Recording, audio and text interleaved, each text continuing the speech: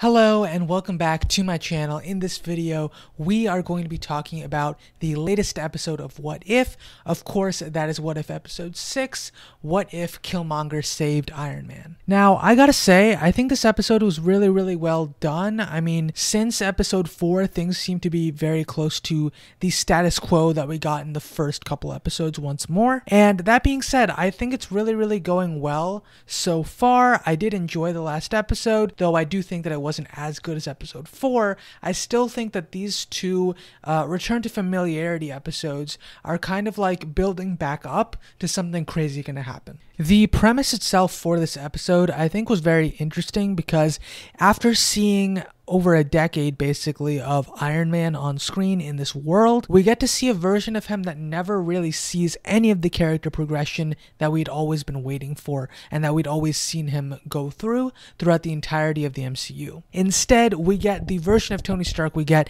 in the first couple minutes of Iron Man, and he has no change of heart. He doesn't really change anything, and as a result, once he's saved, instead of trying to prevent and alter the course of Stark Industries, what he does instead is double down on the idea that making more powerful weapons is going to be the way to go to save the American people. Now, that's enough about Tony Stark, at least for the moment. I do want to talk specifically about Killmonger. Killmonger is a character from Black Panther. Of course, he is actually supposed to be King T'Challa's cousin and King T'Chaka's nephew. So I realized that while watching this episode that T'Challa himself is already the Black Panther, which I didn't realize. I thought that he had only just become the Black Panther once his father died, once the mantle was passed on to him, but I guess that's not the case here. It seems like it's a separate role from just being king. At least that's what it seems like after watching this episode. What I was trying to say though about Killmonger is that he spends the entire episode going through a very long con, seemingly,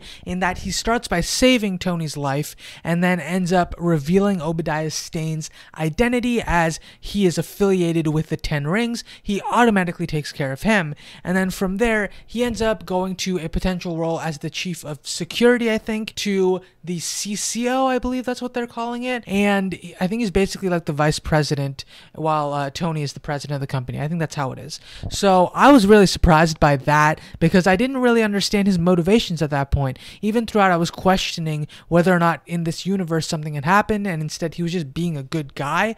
But we realize as the episode goes on, that is not really the case. He is just trying to find a way to get to Wakanda and take over. He's really doing it by any means necessary at this point. And we do find out just how far he is willing to go once he goes and sees Claw. Ulysses Claw, another man who died in the main timeline, who we have brought back for the What If series. Now, I think that it was very cool to bring him back, and we get to see him have his storage of Vibranium that existed previously, which is, I think, what was used by Ultron to create his new body and ultimately create Vision's body as well. Instead, we have Killmonger just killing everyone around except for Ulysses himself, because apparently they were actually working together, and he also kills Rhodey in the process, then uses all of the Vibranium to create some super android creatures, or not really creatures, but these android type machines powered by Vibranium that are going to end up being used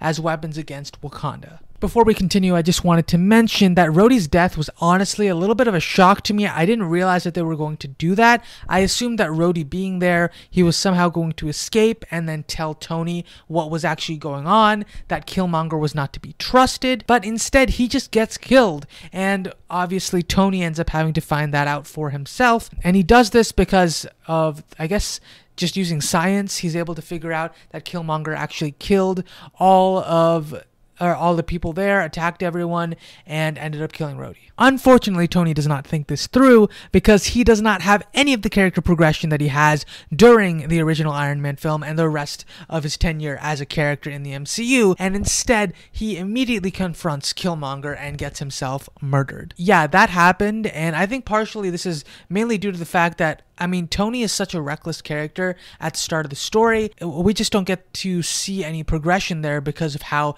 Killmonger changes the course of his life. Now that Killmonger is dead, unfortunately that leaves the rest of the world wondering what is happening and thinking that Wakanda ended up killing Tony Stark. So now we're in a situation where Tony Stark was killed by the Wakandans, apparently, and the Wakandans believe that Black Panther, that T'Challa was killed by Killmonger. So there's a lot of confusion going on here, and Killmonger's just relaxing, waiting to make the most out of the situation. Now, that being said, I do understand why the people of Wakanda, specifically T'Chaka and the rest of their family, believe that Killmonger is telling the truth. I don't, however, understand why General Thunderbolt Ross is such an idiot. I mean, he is an actual fool at this point. I mean, he spends his early career chasing after Bruce Banner. Then he spends later on in his career going after the Wakandans, right? Thinking that they murdered Tony Stark when he doesn't even know for sure that the Wakandans are as powerful as some minuscule rumors might suggest. So I think that just means that he's an idiot at this point. I mean, General Thunderbolt Ross, you need a moment that makes you seem a little bit more competent, because everyone just makes you seem like a fool. Black Widow, the Avengers, like everyone just makes you seem like you are not an intelligent person, and it's surprising considering you're supposed to be a general and later on you become a secretary, I think Secretary of State or something like that. So it's just flabbergasting to me how this man keeps his job, because he doesn't even question the loyalty of Killmonger. He doesn't consider, oh, where does Killmonger go for long periods of time? Because he ends up in Wakanda and no one knows. No one's watching via satellite that this man enters into Wakanda. I mean, yes, there's a force field in Wakanda, but you still have to approach Wakanda. There should be some way to tell that people are going in and out of this place,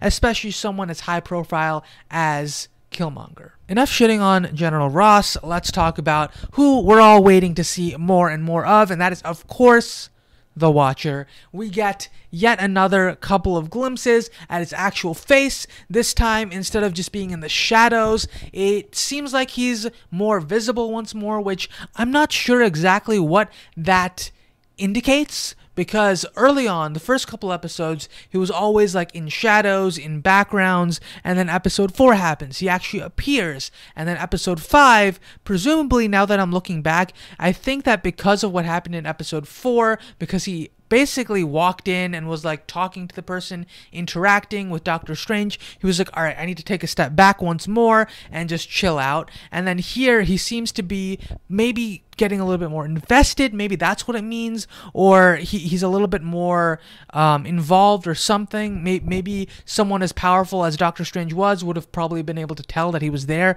yet again. Maybe that's what it's indicating. Maybe it's how invisible his presence is to the rest of the world. I don't know, but I think that it does have some type of significance, so I did want to mention it here, and that is a potential idea that I have here, that the reason why he was basically back in shadows again in the last episode was because he was partially like trying not to get involved at all with this universe, and then this episode again he's getting more and more invested potentially again.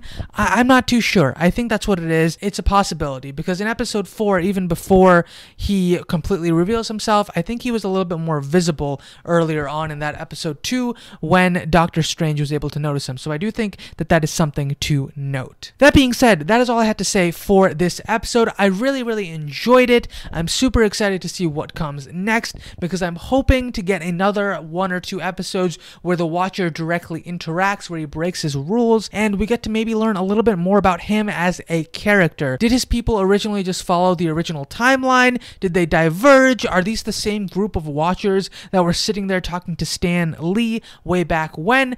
I don't know. I really want to know, and I hope they give us some type of answers on this stuff, because it would be super interesting to see how that ties in to that original Council of Watchers that we got way back when. I think back in Ragnarok, or potentially in Guardians of the Galaxy. I think it was one of those two that we saw that scene with Stan Lee. Yeah, again, that's all I have to say for this episode. I really hope you guys enjoyed. Let me know your thoughts in the comments below. If you did enjoy, please like the video, and if you want to see more from me on this channel, please subscribe for more from me. Thank you so much for watching. I hope you enjoyed, and I'll catch you next time.